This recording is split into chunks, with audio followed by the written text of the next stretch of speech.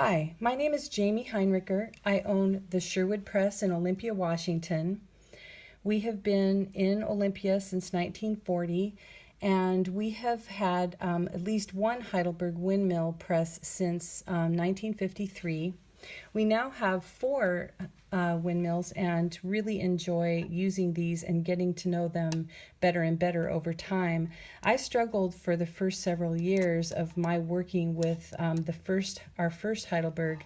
I struggled with some of the settings to perfect the feed system and the registration, and over time I finally kind of put energy into figuring it all out. And there's things that this press can do that make your life so much easier and so much faster. And of course, speed is money in the printing industry. So for anyone out there who isn't really a deep user of the windmill, I just want to give you a quick tutorial on how the lay bar works. The lay bar sits at the bottom of the platen. It's right here. You can see the lay gauges clipped on here, and it flips up with every impression. And if you're running in registration mode, the grippers drop the paper onto these guides or gauges, and then a side guide pops in. You get perfect placement of the sheet each time. But if you haven't placed your form or your plates perfectly horizontally, you might get printing that isn't straight. So there's this wonderful forgiving little setting built into this lay bar that gives you exactly 4 points of adjustment at the head and the tail of the sheet. So this is an old bent and broken lay bar, but it's working perfectly for our purposes here. The tools that you use to make these adjustments, and I'm going to just show you here.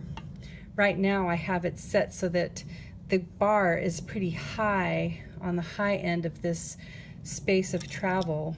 And the way this works is you actually put your, hopefully you have a windmill screwdriver. My windmill screwdriver is actually down at my main shop. And then this is the spanner wrench that comes with the machine as well. Hopefully you have this. These are really hard to find, but hopefully you have this. The screwdriver slides through here. You hold it back, and then you go ahead and put the blade in the slot, drop the wrench, the spanner, over the locking nut, and just give it a quick loosen.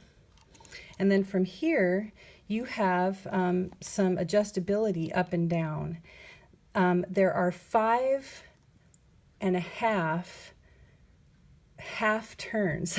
I know that probably sounds ridiculous. I like to think of it as in half turns because that's the easiest turn that I can sort of control with one hand rotation. I don't want to think of it as like, okay, a whole turn.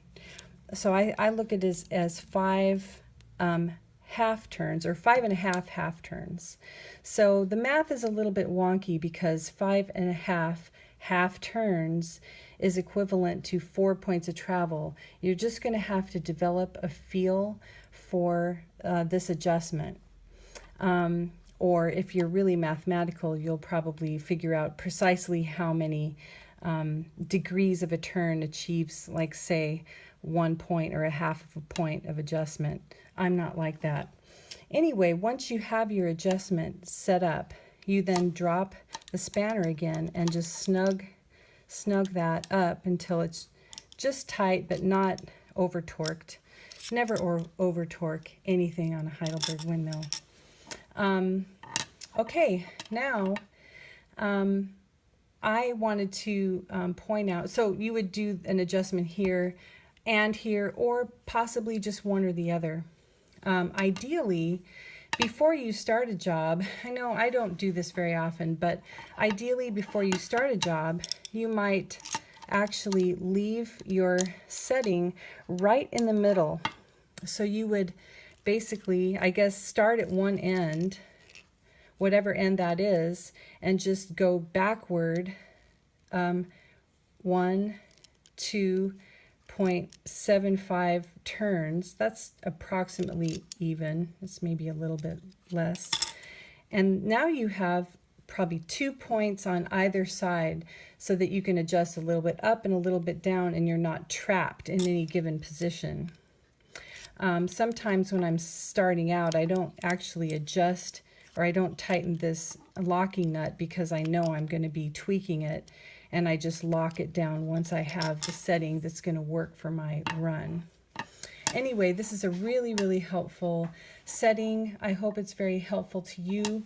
I wanted to also share that my partner, Terry, this last weekend came up with a solution to something I've been asking for a while, and that is a way to retain the spanner on the shaft of the screwdriver without it being able to fall off. And he came up with a brilliant system where there's a plastic sleeve inside. You can't really see it. You can see a piece of it here.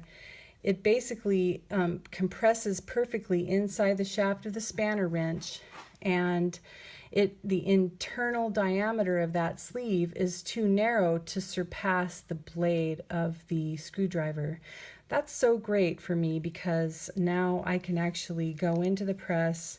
I can make my adjustment. The spanner actually drops more accurately now because it's confined directly to be centered over the shaft of the screwdriver, so it doesn't wobble around anymore.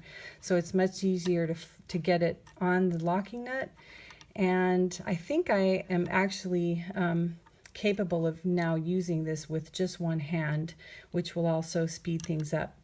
Anyway, we will probably make a couple dozen of these pretty soon, and maybe sell them on our web page or something. So stay tuned.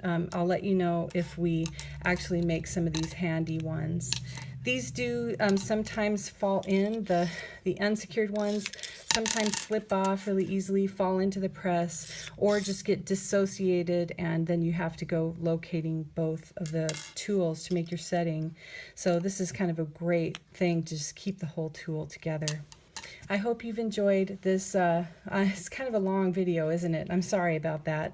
Hopefully this is helpful to some of you users who just haven't quite yet exploited the full potential of your Heidelberg windmill.